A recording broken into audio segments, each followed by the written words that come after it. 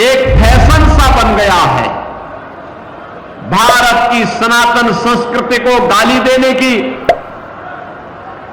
भारत की ईश्वरीय सत्ता को चुनौती देने की, प्रभु राम और प्रभु कृष्ण के अस्तित्व को चुनौती देने की,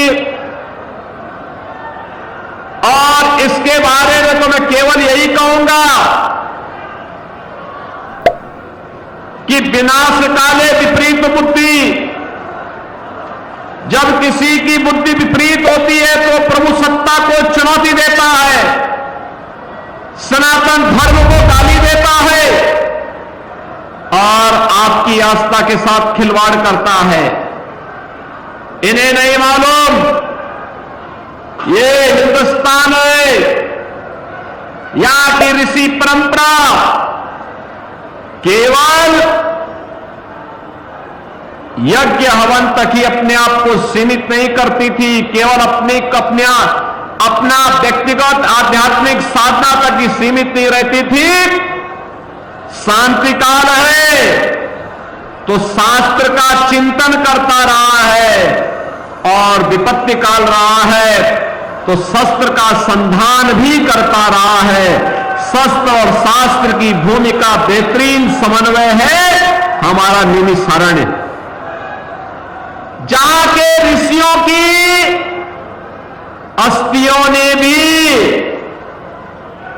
देवताओं के लिए शस्त्र का संधान बना करने का काम किया था।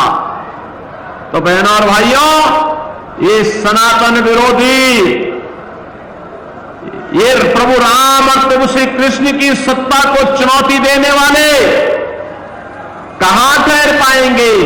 आज अपनी हार को सुनिश्चित देख करके ये फिर से राम के अस्तित्व को चुनौती देने लग गए हैं। क्या आप इसको स्वीकार करेंगे? क्या प्रभु राम के अस्तित्व को चुनौती देने वालों को स्वीकार करेगा क्या भारत? भारत की सनातन आस्था का प्रतीक, भारत के वैदिक ज्ञान की परंपरा को धरोहर के रूप में हम सबको प्रदान करने वाली पावन धरा मां ललिता के इस पावन भूमि पर, जिसे महर्षि दधीचि ने अपनी हड्डियां दान करके दैवीय सत्यों की विजय के संकल्प की भूमि में के रूप में आगे बढ़ाया था, ऐसी पावन धरा नैमिषारण्य को मैं नमन करते हुए आप सबका हृदय से अभिनंदन करता हूं। बहनों और भाइयों, ये नैमिष का ही महत्व है कि आज दुनिया जनपद सीतापुर और उत्तर प्रदेश की तरफ देख रही है।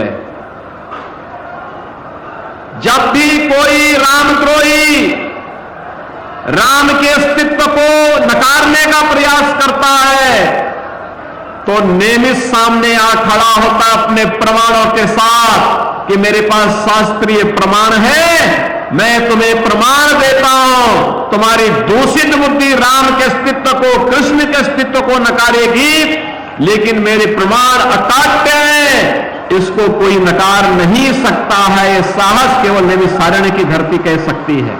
नैमिषारण्य के विकास के लिए भारतीय जनता पार्टी की डबल इंजन सरकार ने विकास के जो कार्य प्रारंभ किए हैं, आज आप देख रहे होंगे जैसे एक नई अयोध्या नजर आ रही है, ऐसे ही एक नया नैमिषारण्य हम सबको दिखाई देने लग गया है।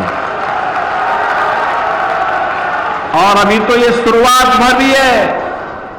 अभी तो हम यहां की वायु सेवा प्रारंभ करने जा रहे हैं, हेलीकॉप्टर की सेवा यहां प्रारंभ करने जा रहे हैं, यहां 4 लेन की कनेक्टिविटी देने जा रहे हैं, यहां पर इलेक्ट्रिक बस सेवा प्रारंभ होने जा रही है, यहां पे तमाम यात्री विश्रामालय बनने वाले हैं। जैसे अयोध्या में भव्य राम मंदिर के निर्माण के साथ साथ आज यहां सड़कों के चौड़ीकरण का कार्य हुआ है, काशी में काशी विश्वनाथ धाम बना है, मां विंध्यवासिनी धाम का निर्माण इतनी भव्यता के साथ हुआ है, ऐसे ही मां ललिता के धाम को भी पुनरुद्धार और उसके सुंदरीकरण के बड़े कार्यक्रम को लेकर के सरकार कार्य कर रही है। जिस दिन ये कार्य मूर्त रूप से जमीनी धरातल पर उतर आएगा, बहनों और भाइयों, यहां के हजारों नौजवानों को, यहां के व्यापारियों को, हजारों नौजवान और व्यापारियों को यहां पर एक नया रोजगार का सृजन होगा। अपने आप में लाखों लोगों को अपने आप में यहां आमंत्रित करने का माध्यम नैमिषारण्य बन जाएगा। और बहनों और भाइयों, यह कार्य केवल वही कर सकता है जो प्रभु की सत्ता पर विश्वास करता हो, राम का भक्त हो, कृष्ण का भक्त हो, भारत भक्त हो, राष्ट्र भक्त हो, वही ये काम करेगा।